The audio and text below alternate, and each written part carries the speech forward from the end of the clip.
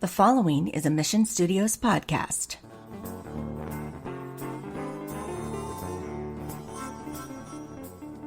Welcome to the Podverse podcast. We like to stir up minds, emotions, and thoughts. Episodes will be emotional, some will be a bit comical, and everything else in between. But all will have a message and be given from the heart. So sit back, get comfy, and enjoy the journey. What do we find these days to be the biggest privilege? Talk to a movie star? How about shake the hands of our favorite public figures? Maybe having the ability to travel and enjoy life. The most of us see these as privileges. Is there anything bigger, better, or higher on your scale? For me, it has been having the responsibility of raising my beautiful children. Years ago, I was given what at the time seemed to be an overwhelming situation. It started 5 years off the streets. In 1994, I found out I was going to be a father.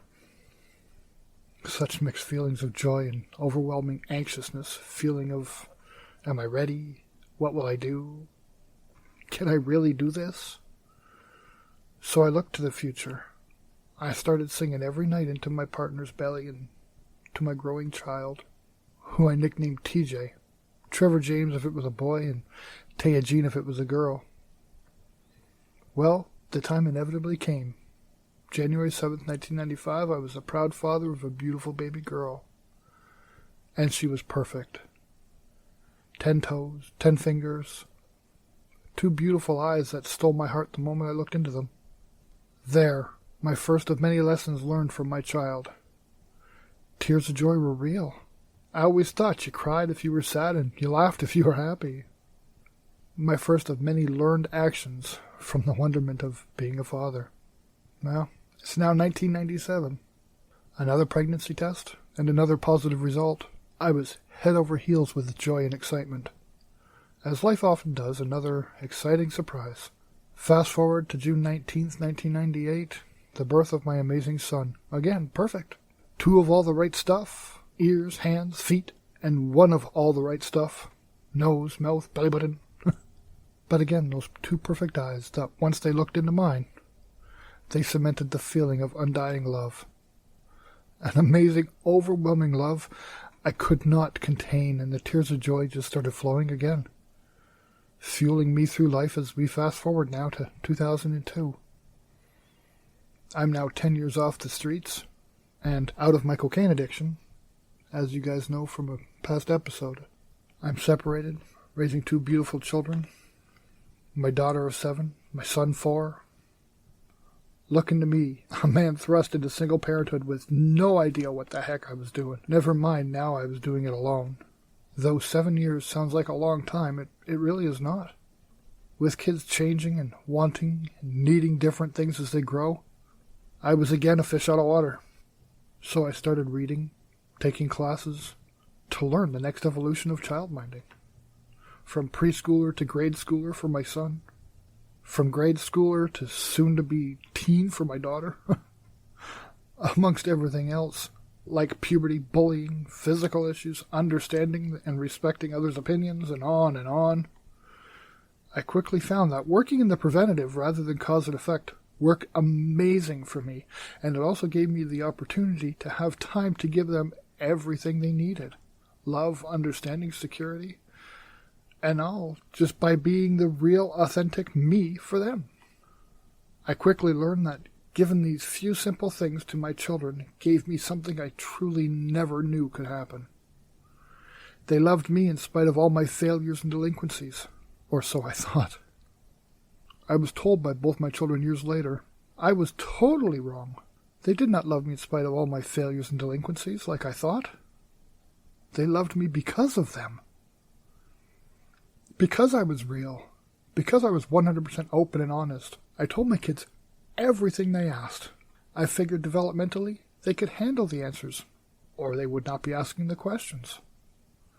I took the time and effort to teach them there's a time and a place for everything, even very young, during what was then the WWF wrestling era. For that 2 hours every week, they were allowed to say anything. Cuss words, pretty much anything went. Anything but hate. and I explained that hate is a word that nullifies feelings and voids everyone's emotions and promotes anything that is negative in the world. I also taught them if they abuse the privilege by using free expression outside their allotted time, they'd be banned from using it, and consequences would be a natural part of their disrespecting their responsibilities. I gave them small responsibilities. They kept them by earning, and they were able to learn respect very quickly. They now 100% understand that there's a time and a place for everything. I had the privilege of teaching them responsibilities, manners, and how one is to conduct themselves around others and show respect. But for me, the important lessons were not the ones that I was teaching them. It was what they taught me, like how to be a real man, how to be open and honest with my feelings and emotions with them as well as with myself. They taught me tears of joy are real, and most of all, they taught me that unconditional love really exists. Both my children are now grown up. My daughter's 25 and my son, soon to be 22. Both my children have always taken every opportunity to show me the love they have for me. The hard times, the testing our resolve times, the crying and leaning on each other, always having each other's backs and always making the attempt to communicate our issues. Sometimes they blew up like 100 pounds of TNT. In others they were dealt with swiftly. But the one thing I could always count on was that these amazing little humans I had the privilege of raising loved me for what and who I was at any point in my life. Because they knew exactly who they were dealing with because of openness and honesty. To reiterate something I think is very important, well, at least to me, sharing who you are and who you were 100% means your children get to love the real person you are and respect you for the life you lead. Always listen to those beautiful little voices your children have and let them touch that beautiful heart you have. Let them teach you as much, if not more, than you taught them. This is why I find it such a privilege to raise these amazing kids. Well, I guess now adults. They are really my everything. One absolute truth I know to be concrete is, if we listen to our kids, rather than think we have to know everything, the world would be a much more emotionally educated and loving place.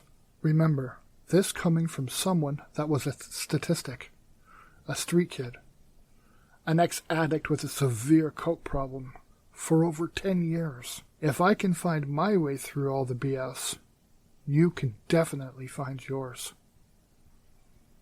I love you all, and I hope this gave you a little bit of encouragement, or maybe it gave you a familiar voice you needed. Thank you so much for listening. This week, my little Podverse family, make a point of reaching out to someone that you love, and open yourself. Make yourself vulnerable just for that moment, and enjoy the benefits that you really so richly deserve. Have a great week. Thank you so much for listening to this episode of the Podverse podcast. Whatever you take from this message, it is given freely and with the utmost respect. Any support for the Podverse podcast is always welcome and can be left at our website, www.pod-versecom. Whether support is by way of suggestion, story, constructive criticism, or maybe you wish to sponsor an episode, there is never any obligation. We just hope to create a wonderful experience for you in this Podverse community. Also, be sure to check us out on our social media. Join us on Facebook at Pod-Verse Podcast Group or on Twitter at pod_verse. Chat with you in the next episode.